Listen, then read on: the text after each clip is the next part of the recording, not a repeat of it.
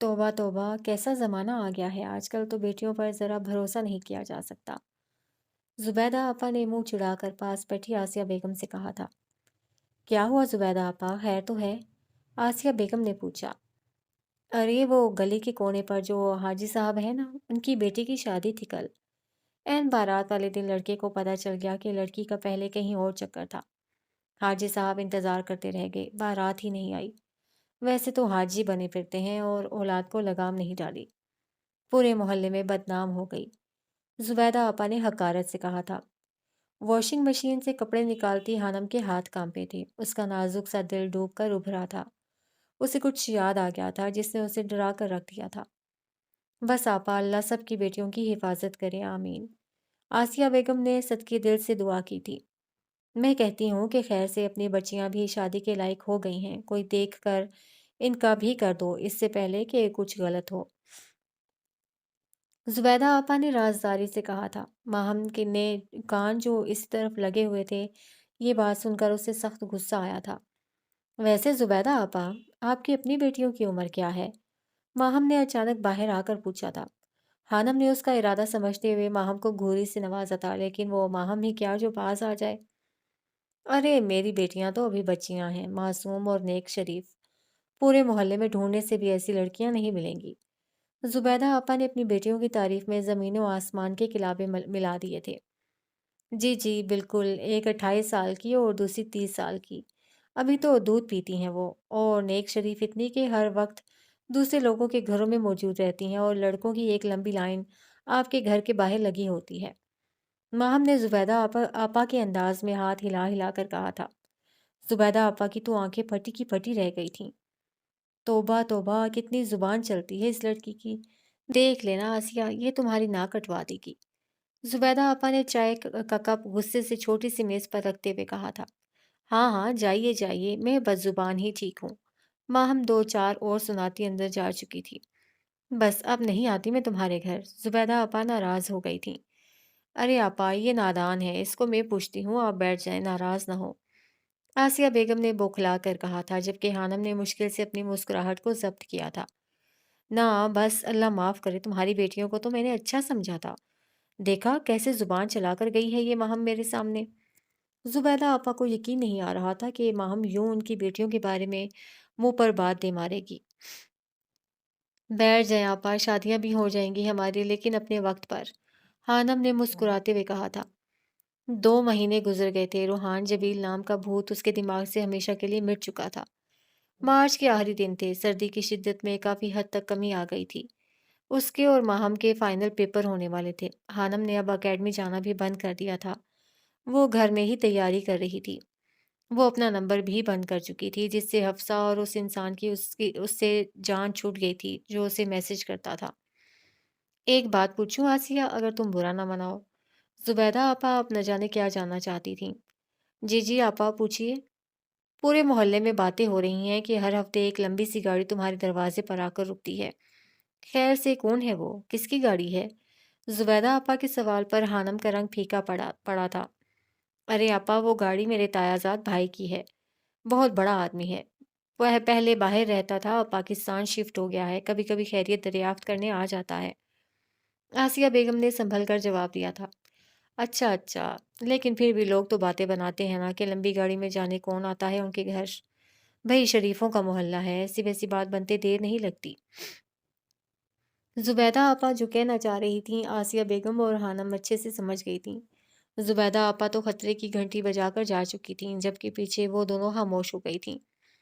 خانم کو خود یہ سمجھ نہیں آتی تھی کہ ہمدان انکل ان پر اتنے احسانات کیوں کر رہے تھے، بلکہ انہیں تو خیال ہی نہیں آیا۔ اب اچانک سیٹھ ہمدان اس گھر میں ہمیشہ خانم کی غیر موجودگی میں آئے تھے۔ وہ اکثر کالج اور اکیڈمی ہوتی تھی جب وہ آتے تھے، اور اب جب سے وہ گھر میں تھی صرف ان کا ڈرائیور آتا تھا سامان لے کر۔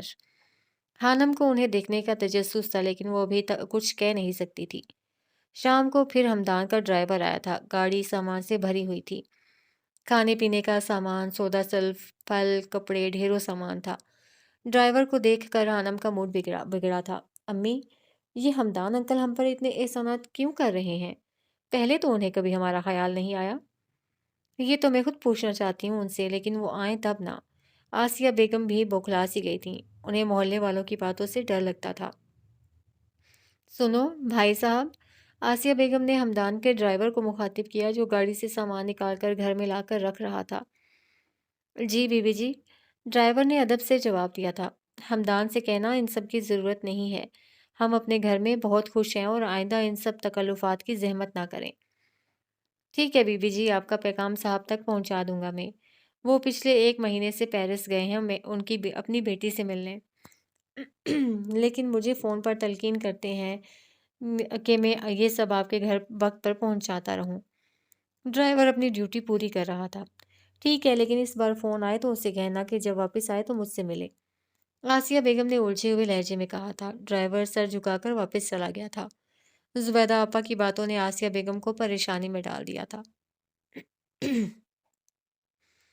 آرجے نے کچھ دنوں کے لیے اپنے سوشل میڈیا پر جتنے بھی اکاؤنٹس تھے بند کر دیے تھے۔ وہ کچھ دن اس دنیا سے الگ رہنا چاہتا تھا جہاں لوگ اسے جاننے لگے تھے، اور جاننے کے ساتھ ساتھ اس پر نظر بھی رکھی جا رہی تھی۔ یونیورسٹی سے فارغ ہونے پر وہ حشام کے پاس چلا گیا تھا۔ مکی اس کے ساتھ تھا، وہ دنیا گھومنا چاہتے تھے۔ آرجے نے مکی کو سختی سے منع کیا تھا کہ وہ سوشل میڈیا پر اس کی تصاویر کو شیئر نہ کرے۔ لوگ حیران تھے کہ آرجے کہاں چلا گیا تھا۔ البتہ اکاؤنٹس بند کرنے سے پہلے اس نے اپنے شائقین کے لیے پیغام چھوڑا تھا کہ وہ جلد واپس آئے گا، اور واقعی جلد ہی واپس آنے والا تھا۔ مکی، آرجے اور حشام تینوں پیرس کے مشہور ریسٹورنٹ میں بیٹھے تھے۔ وہ وہاں ڈنر کرنے کی غرض سے آئے تھے۔ بہت بھوک لگی ہے حشام بھائی، مکی نے اپنے پیٹ پر ہاتھ رکھتے ہوئے کہا تھا۔ آرڈر کر تو دیا ہے، 5 منٹ انتظار کر لو بھوکے انسان۔ جواب آرجے کی طرف سے آیا تھا۔ میں 1 منٹ میں آیا، حشام نے موبائل کی طرف دیکھتے ہوئے کہا تھا۔ کوئی اہم کال تھی۔ یہ حشام کے ساتھ لڑکے کون ہیں؟ ماہی نے پاس بیٹھی ایلا سے پوچھا تھا۔ دوست ہوں گے، اور کون ہو سکتے ہیں؟ ایلا نے کھانا کھاتے ہوئے جواب دیا۔ ماہی کب سے اپنے سامنے بیٹھے حشام کو دیکھ رہی تھی۔ آرجے کی اس کی طرف پوچھتی تھی، وہ اسے نہیں دیکھ پائی تھی، البتہ مکی اور حشام اسے نظر آ رہے تھے۔ یہ اتفاق یا اس کی خوش نصیبی کہ حشام اسے آج نظر آ گیا تھا؟ ماہی نے اسے تنگ کرنا تو چھوڑ دیا تھا، لیکن چاہنا اور دیکھنا نہیں چھوڑا تھا۔ میرے ہم سفر تیری بے رخی دل مبتلا کی شکست ہے، اسے کس طرح میں کہوں فتح، یہ میری انا کی شکست ہے۔ تو چلا گیا مجھے چھوڑ کر، میں نے پھر بھی تجھ کو سزائیں دیں، میرے ہم سفر تو رکا نہیں، یہ میری صدا کی شکست ہے۔ تجھے لا کے دل میں بٹھا دیا، تجھے راز ہر ایک بتا دیا، تو نے پھر بھی کوئی وفا نہ کی، یہ میری وفا کی شکست ہے۔ میں چراغ کو نہ مزاج تھا، تجھے بجلیوں کی طلب رہی، مجھے آندھیوں نے بجھا دیا، یہ میری ضیا کی شکست ہے۔ مجھے کوئی تجھ سے گلا نہیں، تو ملا تھا کب کا بچھڑ گیا، میرے جرم کی ہے یہی سزا، یہ میری سزا کی شکست ہے۔ میری خاموشی کے بیان کو تو سمجھ کے بھی نہ سمجھ سکا، میرے آنسوؤں کا پیام ہی دل بے نوا کی شکست ہے۔ غم داستان حیات کے سبھی تذکرے ہوئے رائے گاں، میرے چار اگر تیرا یہ ہنر، میری ہر دعا کی شکست ہے۔ مجھے خاموشی حیات میں یوں کبھی نہ کوئی گرا سکا، تیری خاموشی کی پکار ہی میری ابتدا کی شکست ہے۔ دوست؟ حشام کو دیکھ کر لگتا تو نہیں کہ ایسے دوست ہوں گے، یہ تو شکل سے ہی لوفر لگ رہا ہے، ماہی نے کہا لگاتے مکی کو دیکھ کر کہا تھا۔ یار چھوڑو نا، تمہیں کیا پرابلم ہے؟ جو بھی ہو، ایلا نے ان کی طرف دیکھتے ہوئے کہا تھا جب اسے اچھو لگا۔ کھانے اس کے گلے میں اٹک گیا تھا۔ کیا ہوا ایلا، پانی پیو، ماہی نے اسے پانی کا گلاس سمایا تھا۔ او مائی گاڈ، ایلا کا منہ حیرت سے کھلا کا کھلا رہ گیا تھا۔ اس کی نظریں مکی اور آرجے پر جمی تھیں۔ آرجے نے جیکٹ کی بازوؤں کو فولڈ کیا ہوا تھا اور نظر آتی بازو پر عجیب سا ٹیٹو بنا ہوا تھا جس میں آرجے لکھا نظر آ رہا تھا۔ کیا وہ انسان واقعی آرجے ہے؟ ایلا ایک دم اچھلی تھی۔ کیا ہوا ایلا، کہاں جا رہی ہو تم؟ ماہی نے اسے اٹھتے دیکھ کر پوچھا تھا، جبکہ ایلا بنا جواب دیے آرجے کی طرف بڑھ گئی تھی۔ ایکسکیوز می، آرجے کے پاس جا کر اس نے اسے مخاطب کیا تھا۔ آواز پر آرجے نے پلٹ کر دیکھا تھا اور ایلا نے منہ پر ہاتھ رکھ کر اپنی چیخ کو روکا تھا۔ وہ واقعی آرجے تھا۔ کیا میں کوئی خواب دیکھ رہی ہوں؟ وہ حیران سی دیکھ رہی تھی جبکہ آرجے کی آنکھوں میں الجھن ابھری۔ کیا آپ سچ میں میرے سامنے ہیں؟ ایلا آرجے کی بہت بڑی مداح تھی۔ کیا آپ آرجے ہیں؟ وہ پرجوش سی پوچھ رہی تھی۔ نہیں تو؟ آرجے کی آنکھوں میں شرارت ابھری۔ آپ آرجے ہی ہیں، یہ آپ کا ٹیٹو، یہ میں نے دیکھا ہے آپ کی پکچرز میں گٹار کے ساتھ۔ آپ نے اکثر اس ہاتھ میں پکڑا ہوتا ہے۔ ایلا نے شاید اسے کچھ زیادہ ہی فرصت سے دیکھا ہوا تھا۔ وہ مسکرا دیا تھا۔ Autograph please. ایلا نے اپنا ہاتھ آگے بڑھایا۔ میں آٹوگراف نہیں دیتا۔ آرجے نے انکار کیا تھا۔ اوہ سیریسلی؟ ایلا کو حیرانی ہوئی۔ لوگ تو اپنے مداحوں کو دیکھ کر شوہے ہو جاتے ہیں۔ ایک وہ تھا جسے فرق تک نہیں پڑا تھا۔ پرسکون سا بیٹھا تھا۔ شاید اسے یہ چیزیں متاثر نہیں کرتی تھیں، یا شاید وہ اپنی اہمیت کو اچھے سے جانتا تھا۔ سیلفی تو لے سکتی ہوں نا ایک؟ ایلا نے امید سے پوچھا تھا اور آرجے نے اس بات میں سر ہلایا تھا۔ آرجے کے ساتھ پکچرز بنانے اور کچھ باتیں کرنے کے بعد وہ ماہی کے پاس واپس آئی تھی، جو اسے کھا جانے والی نظروں سے گھور رہی تھی۔ واپس آنے کا دل تو نہیں کر رہا تھا۔ مجھے یقین نہیں آ رہا میں آرجے سے ملی ہوں۔ ایلا کی خوشی دیکھنے لائق تھی۔ تمہارے ہوتے ہوئے کوئی ہمیں دیکھتا بھی نہیں۔ ایلا کے جانے کے بعد مکی نے منہ بنایا تھا۔ ویٹر ان کی میز پر کھانا لگا رہا تھا۔ یہ حشام کہاں رہ گیا؟ آرجے بڑبڑایا تھا جبکہ مکی اب موبائل پر کسی کا نمبر ملا رہا تھا جو بن جا رہا تھا۔ افسوس رہے گا ساری عمر۔ زندگی میں صرف ایک ایسی لڑکی آئی ہے جسے مکی حاصل نہیں کر سکا، جو مکی سے بچ کر نکل گئی۔ مکی نے حسرت سے موبائل کی اسکرین پر چمکتے نمبر کو تکتے ہوئے کہا تھا۔ تم مکی تھے نا، اس لیے آرجے ہوتے تو جانے نہ دیتا۔ بلکہ وہ خود نہیں جاتی۔ وہ دونوں خباثت کی تمام حدیں پار کرتے ہوئے قہقہا لگا کر ہنسے تھے۔ دور بیٹھی ایلا ستائش سے اس ہینڈسم سے لڑکے کو دیکھ رہی تھی جس پر اسے حال ہی میں کرش ہوا تھا، لیکن شاید وہ نہیں جانتی تھی کہ جو انسان باہر سے خوبصورت نظر آتا ہو ضروری نہیں اس کا اندر بھی اتنا ہی خوبصورت ہو۔ آرجی کی نظر حشام پر پڑی تھی جو ان کی طرف بڑھ رہا تھا۔ اسے دیکھ کر وہ دونوں سیدھے ہو کر بیٹھ گئے تھے۔ حشام کو ایسی باتیں نہیں پسند تھیں، اس لیے خاص طور پر مکی تو ڈرتا تھا اس سے اور اس کے سامنے اس طرح کی باتیں کرنے سے گریز کرتا تھا۔ تقریباً آدھے گھنٹے بعد وہ لوگ اس ریسٹورنٹ سے باہر نکلے تھے۔ ماہی نے ایک بھی پل ایسا نہیں تھا جب اس نے اپنی نظروں کو حشام کے چہرے سے ہٹایا ہو۔ اسے جی بھر کر دیکھنے کا موقع ملا تھا اور اس نے اس موقع سے خوب فائدہ اٹھایا تھا۔ وہ لوگ جا چکے ہیں ماہی، اب ہمیں بھی چلنا چاہیے۔ ان کے جانے کے بعد ایلا نے ماہی کو جھنجھوڑا تھا۔ ہاں ٹھیک ہے چلو۔ ماہی کسی ٹرانس کے زیر اثر تھی۔ وہ دونوں بھی دروازے کی طرف بڑھ گئی تھیں۔ ایلا آگے چل رہی تھی جبکہ ماہی اس کے پیچھے تھی۔ ایلا دروازے سے باہر نکل چکی تھی۔ جیسے ہی ماہی نے دروازے سے باہر قدم بڑھائے، ایک زوردار وزنی چیز اس کے سر سے ٹکرائی تھی۔ ماہی کو اپنا دماغ گھومتا ہوا محسوس ہوا تھا۔ درد کی شدت نے اسے کراہنے پر مجبور کیا تھا۔ وہ نیچے بیٹھتی چلی گئی تھی۔ آنکھوں کے آگے اندھیرا چھا گیا تھا۔ نیچے گرنے سے پہلے اس نے تھوڑی سی آنکھیں کھولی تھیں اور اپنے سامنے ایک اونچے لمبے لڑکے کو کھڑا پایا تھا جو حیرانگی سے اس کی طرف دیکھ رہا تھا۔ اس کے بعد ماہین کا ذہن تاریکیوں میں ڈوب گیا تھا۔ ہانم آج صبح سے ہی دعائیں مانگ رہی تھی۔ اس کا بی ایس سی کا رزلٹ آنے والا تھا۔ آج تو ہانو آپی کا اعمال نامہ کھلنے والا ہے، اللہ خیر کرے۔ جواد اسے پریشان دیکھ کر مزید پریشان کر رہا تھا۔ دعا کرو میرے لیے۔ ہانم کا دل دھک دھک کر رہا تھا۔ نہیں کروں گا، آپ کون سا مجھے آرجے کا شو دیکھنے دیتی ہیں؟ جواد نے منہ بنایا۔ اچھا دعا کرو نا، اگر میرے مارکس اچھے آئے تو ضرور دیکھنے دوں گی۔ ہانم نے جیسی منت کی۔ پکا پرومس؟ وہ ٹلنے والا نہیں تھا۔ پرومس نہیں کرتے جواد۔ ٹھیک ہے پھر ایک دو کتابوں میں ہانو آپی پکا اڑے گی۔ وہ ایک دم ہی نجومی بن گیا تھا۔ منہ بند کرو اپنا۔ ہانم کو غصہ آیا۔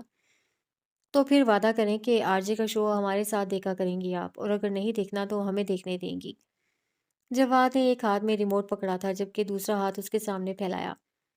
آرجے گیا بھاڑ میں، تم نے مجھے بد دعا دی، ایک تھرڈ کلاس سنگر کے لیے مجھے بد دعا دی۔ ہانم کا صدمے سے برا حال تھا۔ تھرڈ کلاس نہیں ہے وہ، آرجے ایک برانڈ ہے۔ ہانم نے حیرت سے اپنے سامنے کھڑے 13-14 سالہ جواد کو دیکھا تھا۔ اسے یقین نہیں آ رہا تھا کہ وہ آرجے کو اتنا پسند کرتا تھا۔ اب اس گھر میں یا تو آرجے رہے گا یا ہانی۔ ہانم اپنا غصہ ضبط کرتی کمرے سے باہر نکل گئی تھی۔ اوہ ہانو آپی، آپ کتنی بیوقوف ہیں۔ آرزی کو کوئی نہیں نکال سکتا، آپ اس موسم میں کہاں جائیں گی؟ جواد سمجھداری سے سر پیٹ کر رہ گیا تھا۔ ماہی کی جب آنکھ کھلی تو اس نے اپنے آپ کو ہاسپٹل کے بیڈ پر پایا تھا۔ وہ ایک جھٹکے سے اٹھ بیٹھی، لیکن سر پر لگنے والی چوٹ کی وجہ سے اچانک چکر سا آ گیا تھا۔ لیٹی رہو ماہی، تم ٹھیک ہو؟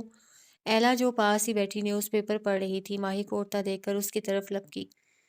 یہ مجھے کیا ہوا ہے؟ ماہی نے اپنے سر پر ہاتھ رکھتے ہوئے پوچھا۔ کچھ نہیں، تمہارے سر پر چوٹ لگ گئی تھی لیکن اب تم ٹھیک ہو۔ چوٹ کیسے؟ ہم تو ریسٹورنٹ سے باہر نکل رہے تھے نا، وہاں۔ اتنا مت سوچو ماہی، سب ٹھیک ہے، میں ڈاکٹر سے بات کر کے آتی ہوں۔ انہوں نے کہا تھا کہ ہوش میں آتے ہی تمہیں ڈسچارج کر دیا جائے گا۔ ایلا اس کا ہاتھ تھپ تھپاتے باہر نکل گئی تھی جبکہ ماہی نہ سمجھے سے اسے باہر جاتا دیکھ رہی تھی۔ Hello mister Jordan.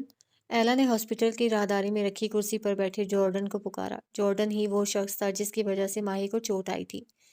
نہ جانے اس نے اپنے بیگ میں ایسا کیا ڈال رکھا تھا جس کے لگنے کی وجہ سے ماہی کا سر پھٹ گیا تھا۔ وہ اپنی ہی دھن میں بیگ کو گھماتے ہوئے ریسٹورنٹ کے اندر داخل ہو رہا تھا جب باہر نکلتی ماہی کے سر سے وہ بھاری وزنی بیگ ٹکرا گیا تھا۔ کیا انہیں ہوش آ گیا ہے؟ ایلا کے بلانے پر وہ اس کی طرف لپکا۔ ہاں، ماہی کو ہوش آ گیا ہے، لیکن اگر اسے کچھ ہو جاتا تو میں تمہیں ہرگز نہ چھوڑتی۔ ایلا نے خونخوار نظروں سے اسے دیکھتے ہوئے کہا تھا۔ تو اب میں جا سکتا ہوں؟ جارڈن نے سوالیہ نظروں سے اسے دیکھا۔ جب تک وہ ڈسچارج نہیں ہو جاتی تم کہیں نہیں جا سکتے، اور ابھی تمہیں ماہی سے معذرت کرنی چاہیے۔ واٹ؟ وہ حیران ہوا۔ جی بالکل، یا پھر میں پولیس کو کال کروں؟ ایلا اس وقت کافی سنجیدہ تھی۔ وہ اس حالت میں تمہاری وجہ سے ہے، نہ جانے تم نے اس منحوس بیگ میں کیا ڈالا ہوا ہے۔ ایلا نے اس کے بیگ کی طرف اشارہ کیا جو جارڈن نے کندھے پر ڈال رکھا تھا۔ جارڈن برا پھنسا تھا، وہ پولیس سے نہیں ڈرتا تھا، لیکن ریسٹورنٹ کے باہر بے ہوش ہوتی ماہی اور اس کے سر سے نکلتے خون کو دیکھ کر وہ ایک دم گھبرا گیا تھا۔ ٹھیک ہے، میں اس سے بات کر لیتا ہوں، بل میں نے ادا کر دیا ہے۔ وہ ایلا سے کہتا کمرے کی طرف بڑھ گیا تھا۔ خانم بہت خوش تھی، اس کے ساتھ ساتھ وہ بہت اداس بھی تھی۔